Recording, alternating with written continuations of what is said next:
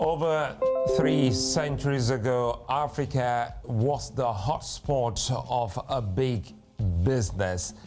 That's the buying and selling of not commodities, but of humans.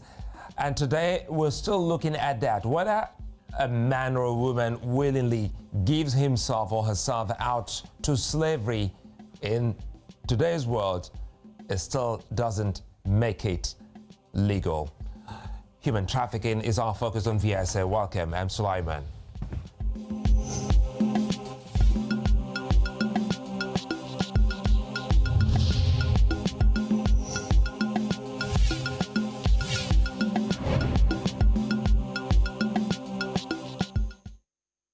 Well, history may not repeat itself, but it rhymes. More than 3 centuries ago, Africa was a hotspot for slave traders whose business was the buying and selling of people.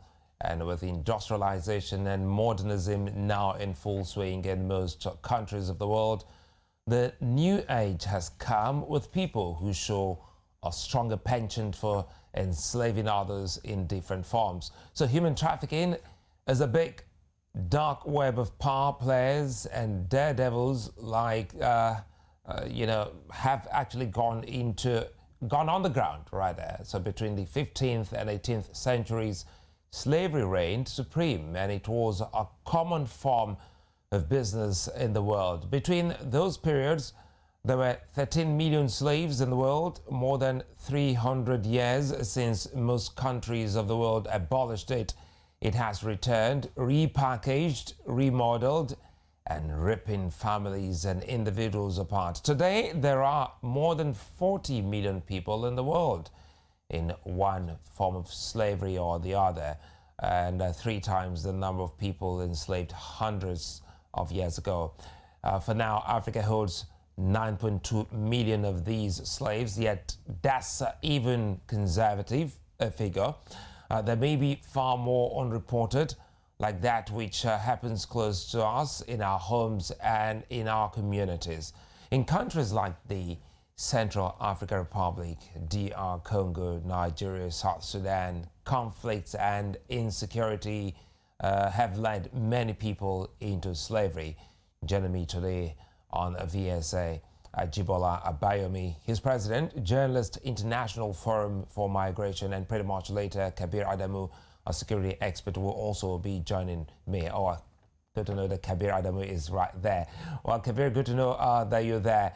Quickly here, this is one big business that pretty much we have termed the dark underground business of buying and selling of humans. Take us through how this is going for people on the continent, living especially Africa, Nigeria, and across the Mediterranean to Europe. Thank you, Suleiman. So human trafficking, or if you prefer to call it illegal migration, is one major problem facing developing countries, especially those in the Sahel and, of course, in Western Africa. Now, there are some predisposing factors. You've mentioned some of them in your opening remarks. The weak governance structures, especially poverty, illiteracy, then sometimes the activities of organized crime groups that sell ideas to some of these victims. Now, what happens is, especially in the case of Nigeria, they are given the impression that they are going to work, most times in Europe, sometimes, legitimate jobs. And because of the circumstances they are in, no future ambition, as it were, they grab these opportunities without necessarily doing a due diligence to confirm that those opportunities are actually valid. So what happens is that they are put through quite challenging and treacherous paths, and unfortunately through that, a significant percentage of them lose their lives. And the irony is that by the time they realize how challenging this journey is, and the fact that perhaps the impression they were given is not correct. They are already knee deep in the whole, agenda, as it were. Some of them may have sold certain properties. Their parents may have invested to the extent that, look, they don't see themselves going back as an option. So they find themselves in that very terrible situation, sometimes crossing the Sahara, sometimes having to subject themselves to lives of servitude, even in Africa here, along the route.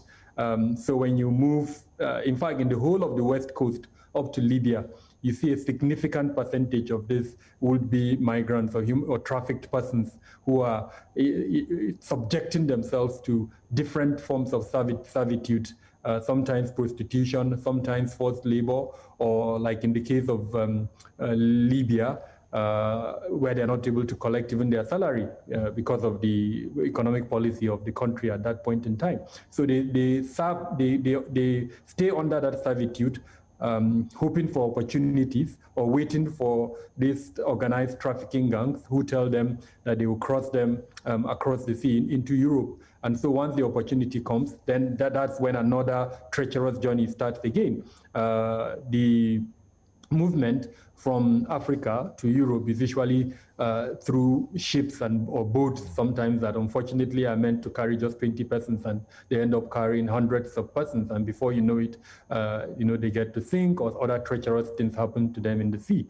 And so a significant percentage of them lose their lives, or for those of them that don't lose their life, they lose their dignity. By the time they arrive their destination, their unfortunate resemblance of the persons who started the journey. And then at that point, another life of servitude begins, because that's when the reality of the trafficking business hits them. All the things they were promised, all of a sudden they realize those things are lies, and they are now subjected to a period, unfortunately, of extortion most times, or even mutilation, and name them. Several inhuman things will be done to them during those periods. They'll be subjected to professions that perhaps they never ever thought in their lives they will be subjected to, including prostitution and all that. So in a nutshell, that's sort of the life of a typical trafficked person from the west coast of Africa.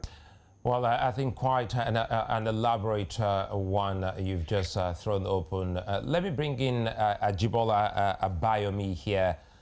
Listen to Kabir. He's just giving a bird's eye view of how this happened, from Africa, or, any of the African countries, specifically maybe even from Nigeria, and how the routes are actually very, very difficult, to the extent that these people lose their lives. Tell us some of those things you and your team as journalists have been able to uncover as the main reason why people are being trafficked, or some have willingly given themselves out to be so trafficked out of Africa. Yeah, thank you, Mr. Moderator, and thank you for having me.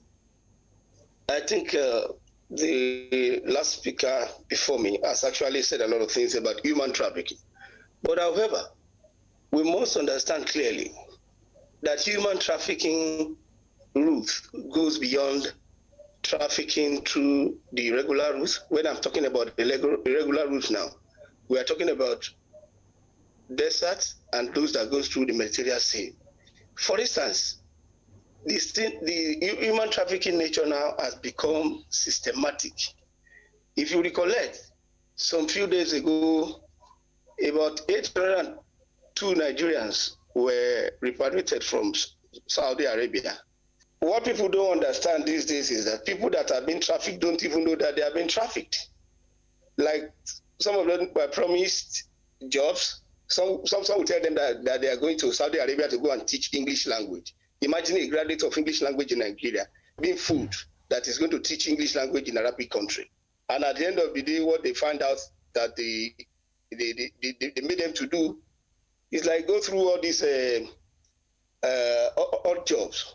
But one thing should be clear to people: the human traffickers, they have several agendas behind them.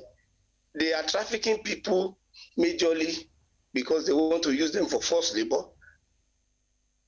They want to extort them sexually. And extract is even beyond Africa, beyond Nigeria. It's a global. The United Nations has ranged into the business of human trafficking.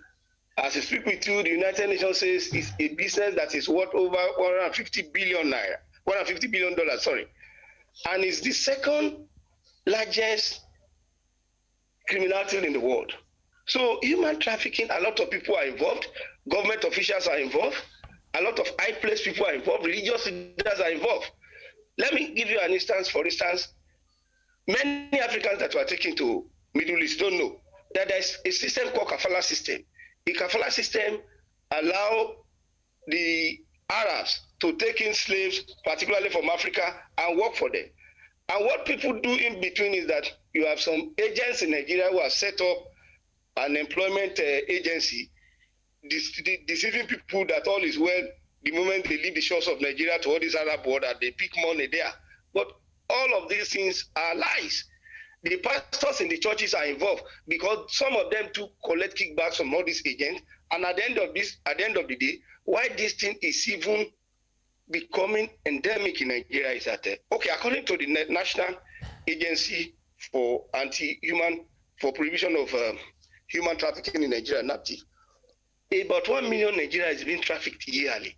So it goes to show that we must do all within our power to ensure that the right orientations are given to the people, the right information. We reorientate people. Let me comment here quickly, Ajibola. And prepare their minds. Ajibola, I'll come back to you. Hold your thought there. We'll take a moment, and when we come back, we'll continue our conversation with Kabir and Abayomi here on Village Square Africa. Stay with us.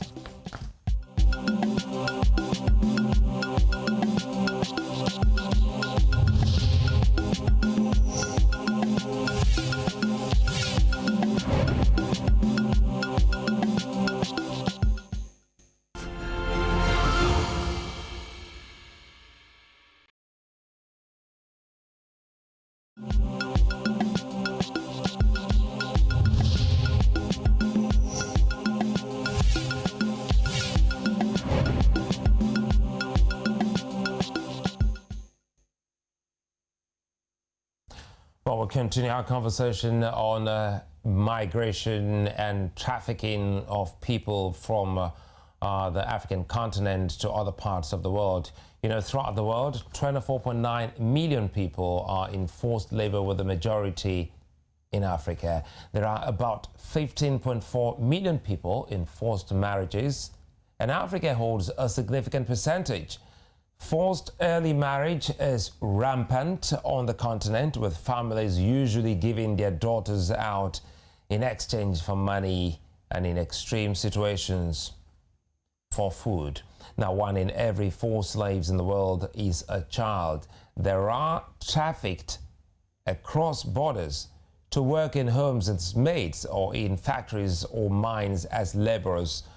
Sexual exploitation is also a money-spinning industry for these daredevils. Now, also in some parts of Nigeria, there is the growth of baby factories, which the government has over time, raided, where young girls are kidnapped, enslaved, and guess what?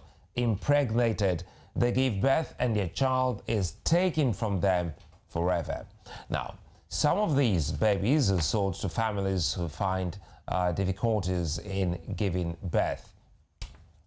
Now, human trafficking is a wide, broad business with offshoots and tentacles in the most unsuspecting of places. In Eritrea, for instance, there are 93 slaves in every 1,000 people. It is 40 in 1,000 in Burundi. The Central African Republic and South Sudan also hold many child soldiers and slaves. Now, the modern slave trade is projected to be 30 times bigger in earnings than what was available in the 18th and 19th centuries. The one-off cost of a slave now is $450. $50, and a victim of sex trafficking makes as much as $36,000 for the master or the madam. You know, we're trying to look at how this has been happening, especially in the continent, to the extent that it doesn't catch the eye of the authorities. Now, this is where you come in as a security expert. How well have they been, you know, going about this dark trade, this dark business, that it doesn't catch the eye of the security agencies or government agencies that are out to put a stop to these very heinous and inhuman crimes? Thank you, Suleiman. That's a brilliant question. To suggest that it doesn't catch the eye of the authorities, I mean, would be probably looking at it from the opposite end.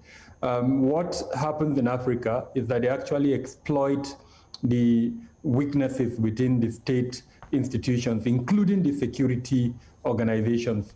So because this is a money spinning activity, and because of the high rate of corruption within these institutions, you now have situations where they actually bribe or even form, support networks within the security organizations. So as an example, where, certain government departments are supposed to stop them from immigrating, knowing very well that these are trafficked persons, then those persons are engaged, bribed, as it were, and they now facilitate the travel, either through acquiring travel documents or through, allowing them access through illegal or sometimes not so lawful means with which they travel. And that's one aspect. The second aspect is the non-state actors who, because of the situation in Africa, the conflict situation in Africa, control large swaths of land.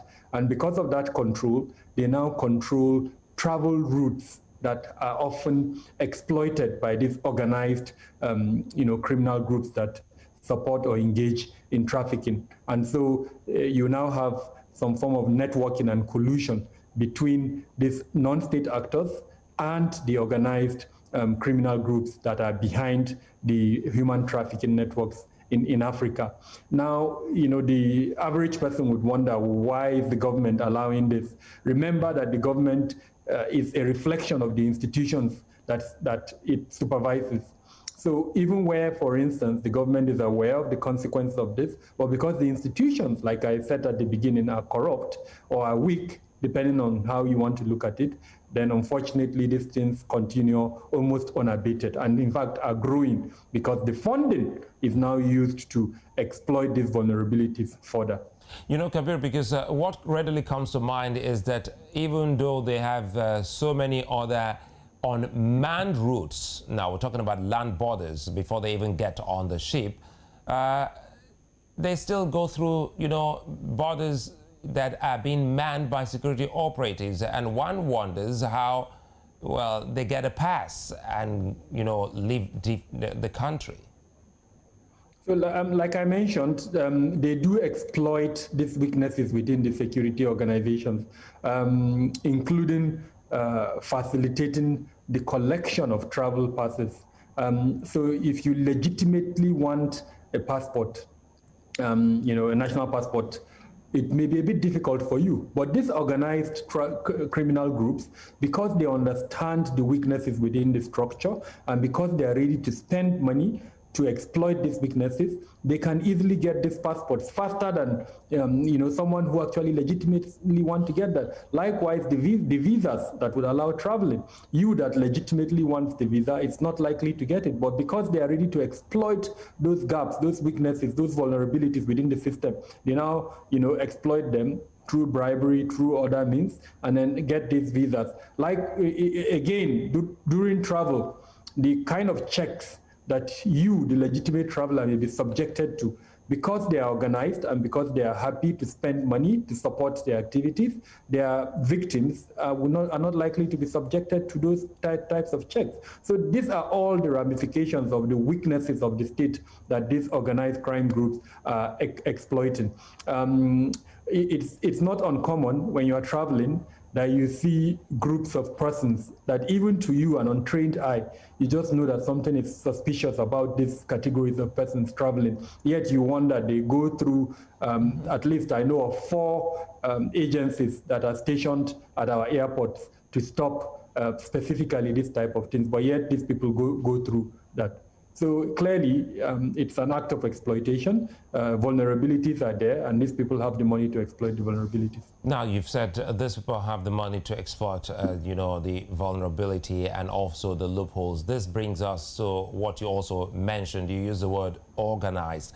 Does this also mean that these cartels are being run by very influential people who may be also nationals of such countries where these people are taken out from? So yes, in every organized crime situation, you have a network of individuals who, quote unquote, are powerful to the extent that they can influence certain activities within the space where they operate. And so if you look at the situation in Africa, across the West Coast, you would have this network, these cartels who are able to operate and network in a manner that allows them to continue their activities. And so you would have different levels. You would have the madams, perhaps, who will be the ones that will go out there and harvest or talent spot. They are likely victims. They will have agents who are working under them. Then you would also have the government officials who either knowingly or perhaps because of greed are also supporting them. So this cuts across the entire network from the origin state up to the destination state, as well as all the states that have networks with the various levels with which they go through. Remember, in my opening statement, I mentioned that there are transit points. So even in those transit points, you are likely to have these levels of support. Sometimes individuals directly engaged by these organized crime groups, or individuals that are just facilitating the activities for a fee. So yes, these people are definitely influential, and sometimes they are persons of good, quote unquote, repute within the societies that they exist. But behind the cover of whatever legal profession they're doing, they have this other illicit activity that they're operating or supporting. You know, the top 10 countries where people are being trafficked from are also some of the most populous on the continent. Tell us why this is so. A combination of factors. When you look at the Human Development Index in most of these countries, they are the ones that are occupying the bottom rudder of this HDI, Human Development Index. And so poverty is high, unemployment is extremely high. In some certain instances, oppression by the government in power or whatever arrangement is in place has not allowed an inclusive governance that would allow certain members of the society to feel they are also part of that society. A good example is Ethiopia, where because of the multitude of cultural and ethnic groupings, you now have several groups who feel they've been excluded from governance. To an extent, you can also include Nigeria in that arrangement. So a multitude of factors allow this so-called states that have high populations, and unfortunately also being affected by the different economic indices that we're currently monitoring. So the big firms, of the world are not out of this, are they? Do they have a role they play in enabling the scourge? Yes, so there are levels of discussion along this topic. Most big organizations, especially those ones in developed countries, do have some policies that, as an example, will discourage child labor that would also discourage where they're sourcing for raw materials, as an example. Those raw materials would only be sourced from genuine sources, not sources that may have taken advantage of the human trafficking networks. So most corporate firms of international repute would have those kind of policies, but you also have a significant percentage of firms that are quite big and that are renowned in the world, who either don't have those policies, or they themselves are also exploiting gaps and weaknesses within the systems to go to locations where labor is cheap, and to now carry out either one level of production or parts of the production chain. They will source from those locations. And this also goes back to my earlier statement around the weakness in state institutions who have the regulatory function to ensure that these types of things don't happen. But again, in most African countries, that level of awareness and realization is not even in existence. So most African countries are actually victims of this, and they are being either at the receiving end or are being exploited by the big companies, unfortunately. This exploitation is mind-boggling, Kabir. One of the things that worries many Africans is they tend to see it as something that occurs from the outside, but experts like yourself have also made us to understand that we still also have such domestic slavery, happening within, some states. Now we're talking about countries. Tell us how people can get to identify those who are being, enslaved within communities, within countries, those that have not crossed state borders. The most visible example of this is the kind of housekeeping arrangements that most people have, where they ask for a young girl to be brought to them, and most times that young girl is underaged, and in all forms of legal interpretation, that is either slavery or a trafficked person. And of course, the house owner who receives that trafficked person can be prosecuted for either human trafficking offenses or other violations of the law. So that's the most visible one.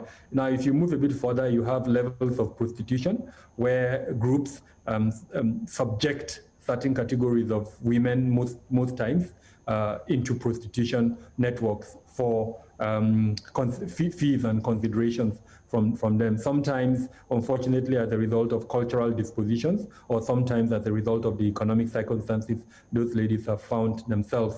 Another level, again, is the kind of company policies that sometimes exist, where certain individuals are recruited, but then their rights are not clearly pointed out to them, and sometimes international companies, especially from Asian countries, are accused of this type of activity, unfortunately. And because the employee does not even understand the definition of this kind of servitude that I'm talking about, he finds himself in that circumstance without necessarily knowing that he's a victim of, as it were, either trafficking, or he's subjected to that kind of trafficking. And then, of course, you also have the types where certain persons are moved from one state to the other state and subjected to that. You've talked about baby factories, that, unfortunately is quite common in the southern part of the country, where young girls put in semi-camps, as it were, in very horrid conditions, and then impregnated and made to bear children for, as it were, a network of individuals who sell these children for a fee. So this servitude, as it were, slavery, whatever we want to call it, operates at different levels, sometimes knowingly, but then again, most times, unfortunately, unknowingly, to both the perpetrator and the victim, as it were. I'm happy we're looking at it from the inside as well as the outside, because some of those watching us today would think that it's it's got to do with everything outside the continent, not knowing that you just might be having one under your roof and also be a perpetrator. Some of the red flags, tell us, you know, we understand one of the red flags is the house help doesn't get the salary. A third party is paid for the job being done by the house help. Is that what it is? Exactly, that is one indication. Even though it's not as simple as that, sometimes it's for the arrangement that is made between the employer, as it were, and then the parent of that person who is subjected to that servitude arrangement. So the person thinks it's actually helping the victim because, of course, that money is being saved for the victim, but in most instances that's not the case. Then again, sometimes it's actually willingly by the employer for the simple reason that if the employer allows the person to get hold of the money, then the victim would perhaps be empowered and either would escape or would find ways to help himself or herself. And so the employer willingly denies the victim the funding or the whatever payment arrangement they've been made. Another arrangement is where, for instance, it's very clear that ab initio from the beginning that person was not the person who decided to take up that employment or engagement, whatever you want to call it. So in other words, it was somebody who arranged it, and the consent of that person was never obtained. And even when the person shows an objection, he or she is not happy or attempts to leave, then that person is either denied, or in certain instances, we've seen where that person is actually either chained or put in other means where his liberties, his freedoms or her freedoms are denied completely, and they have to spend time, as it were, within that condition that they've been subjected to without their consent. So I think one primary indicator is consent. Wherever consent is absent, then the likelihood is that there will be trafficking involved in one form or the other. You know, we've seen young Africans having this kind of discussion, willingly giving themselves up to be so trafficked. Is there a nexus between, bad governance, a nexus with bad governance and, trafficking of persons on the continent? Yes, definitely. It is a predisposing factor. Those who take advantage of the victims exploit these conditions that are created by bad governance, including poverty, illiteracy, unemployment, name them. So they exploit all of these factors, and then they traffic the persons. Of course, they also take advantage of the weak structures that are within the particular country to now, traffic the persons, including the types of exploitation that we mentioned earlier on, bribery, corruption, name them. Kabir, we'll take a moment. When we'll come back, we'll be talking more on how this can be stopped or reduced on the continent. That's when we return. Join us again.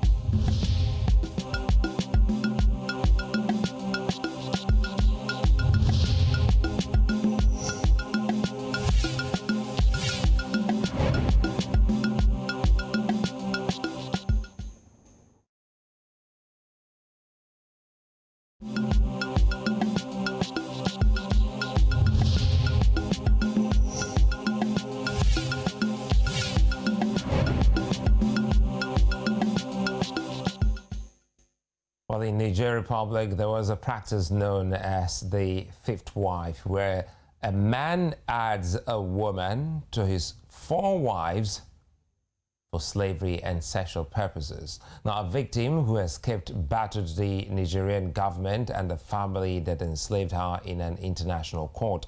Her actions helped the abolishment of the practice in the country. Experts are calling on victims to tell their stories and dare the odds. The oil-rich Middle East has also become an enslavement point for Africans. African girls are taken to the Middle East with the promise of jobs only to be seen engaging in domestic servitude. Now, today in Africa, many people engage in manual labor without adequate protection. Africans are still victims of one of the darkest businesses in the world, and the light still seems far away.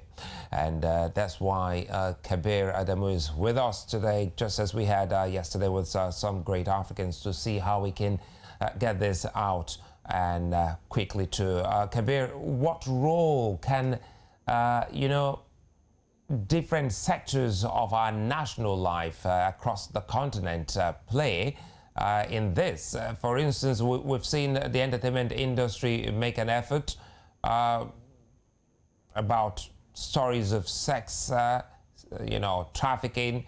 Should African creators be looking to tell more of these stories? Exactly. The more awareness we can generate, then the better. Once you create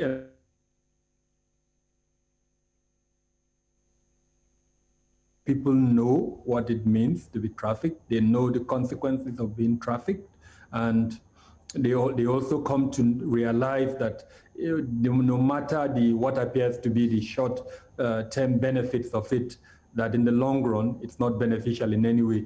Then I think at that point, the second level, which is the level of enforcement, will now play its role. But I think the most important element is advocacy, and advocacy can be done in different forms. You talked about the entertainment industry. There's this movie that was released last year. I can't remember the name now. It was very popular on Netflix. Yeah, Allah Touré. Exactly. For most people who didn't know what it meant to be trafficked, that movie gave them an indication of the traffic, especially the group. Now, communication, as you're very much aware, is only important if it reaches the target audience. Now, no matter what we do in certain media outlets, if we're not reaching the target audience, which is the youth, because they're the most vulnerable groups, and of course, young children. If we don't find ways through, for instance, the entertainment industry or even the music industry that a lot of these young people, the youth and children listen to, then at the end of the day, we would not have realized our objective. And so that is why the entertainment industry can play a significant role. But beyond that,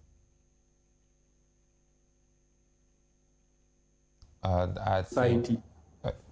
Okay, I think I lost you for a bit there, Kabir. But anyway, speaking of which, the movie you just mentioned, we should be having the journalist whose life was captured in that movie on Village Square tomorrow. But again, looking at the African Union, knowing that this doesn't happen in just one country on the continent, what can the AU and other regional bodies do to encourage legislations against human trafficking?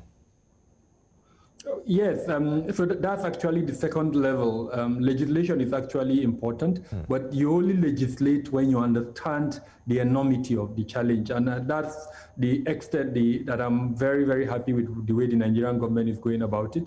I know it's collaborating with a lot of international partners, including the UN, and a lot of studies have been done in an attempt to get the right numbers, understand the enormity of the problem, and then based on that, an action plan for 2021 to 2025 will now be introduced. Now, that is what should be at the regional level, that type of systematic approach to solving the problem, where a study is conducted, the trafficking routes are understood, those behind the trafficking are understood, the organized groups are understood. Europe has done that, or let's say is doing that. And so it has put in mechanisms, including institutions, to fight the trafficking. But the African continent will only be successful if it also does that, a systematic approach that allows it to come up with mechanisms that are not only effective, but are also very efficient.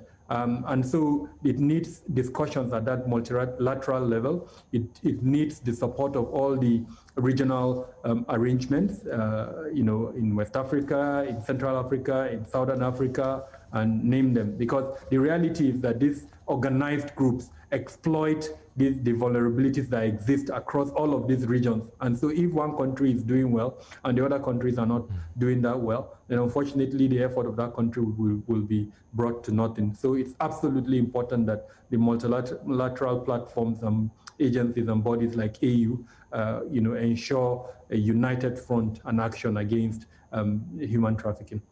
Ajibala Abayami, good. I think you came back on. Apologies, we lost the connection to you there for a bit, but now we're rounding off and we're looking at ways to actually stop this very inhuman and barbaric and criminal, buying and selling of humans. Tell us what you and your team of journalists are doing to help in stop this. Yes, I've been on for a while, and thank you for that question. What we need to do is not much of a grammar, it's not much of a policy, it's not much of any road work, except we are deceiving ourselves. At the level of government, they already know that the basic line, the bottom line of human trafficking in Nigeria is poverty. There is no social security in Nigeria. Government needs to stand up to that. Then again, at the level of Journalists International Forum for Migration, because we have series of challenges that are associated with migration. We are putting up a conference in Ghana by February 26, 25. The EU is going to be part of it. The ECOWAS is going to be part of it. So to solve human trafficking problem in Nigeria, let me tell you categorically, since 2003 that we have had National Agency for Prohibition of Trafficking in Person in Nigeria, we needed to ask ourselves, how far and how serious is government? How far, again, is Nigerian government budgeting for NAPTIP? NAPTIP, as far as we are concerned, needed to be in the 774 local governments in Nigeria. They need to reappraise their recruitment policy. They need to get more people on board. They need to be funded.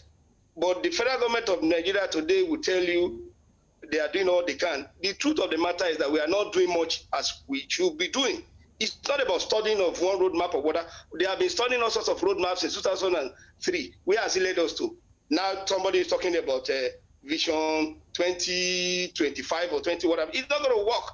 It's only going to work if we have a template for social security, if we have a template in which we tackle poverty, if we have a template which we can use to engage the youth.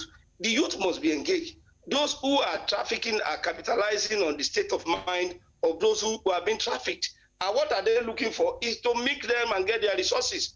At the level of media, our job is very enormous in ensuring that we get people to be orientated in the right manner. But the bulk of this job has to do with government. Although parents at their own level needed to be sure that their kids and words are actually orientated such a way that they don't give themselves to this quick money, this quick make money, or what do you call it? People want to travel out of Nigeria today. They want to be so rich tomorrow. It's not going to work that way. So, Abayami, how much of reporting have you and your team be doing to beam the spotlight on the continent? Specifically in August this year, we uncovered, for the record, 435 Nigerians that were trafficked to Saudi Arabia, Yemen, and Qatar. What we do mostly is that we work with NAPTIP. Victims of human trafficking needed to be reported in a manner such a way that the identity is not given away, so that they are not stigmatized. But again, when these trafficked victims are brought back to Nigeria, how well is government reintegrating them into the society? That is why we said it's not much of grammar, it's not much about studying anymore. It's about tackling this issue physically. The enormity of the problem is on ground, but it's about the government taking the willpower. We must also commend the International Organization for Migration in Nigeria. They've been asked. Well, I think it's a good place for us to wrap this up. But the thing here is that we'll stay on this. Human trafficking dates back to the world's oldest societies, from Mesopotamia to ancient Greece, Egypt, and even Rome. The thing here is that it negates humanity. None of it should be seen in an age where inventions that solve problems are constantly discussed and achieved. Don't be an enabler, if you're watching, of modern slavery and human trafficking. I'd like to say many thanks for being such a nice company, Kabir and Abayomi. It's a pleasure being here. I'd like to be here again. Thank you. You can watch us live on youtube.com/News Central TV and on Star Times at channel 274. You can also check the latest updates on Africa on newscentral.africa. I'm Sulaiman. See you again tomorrow. Bye-bye.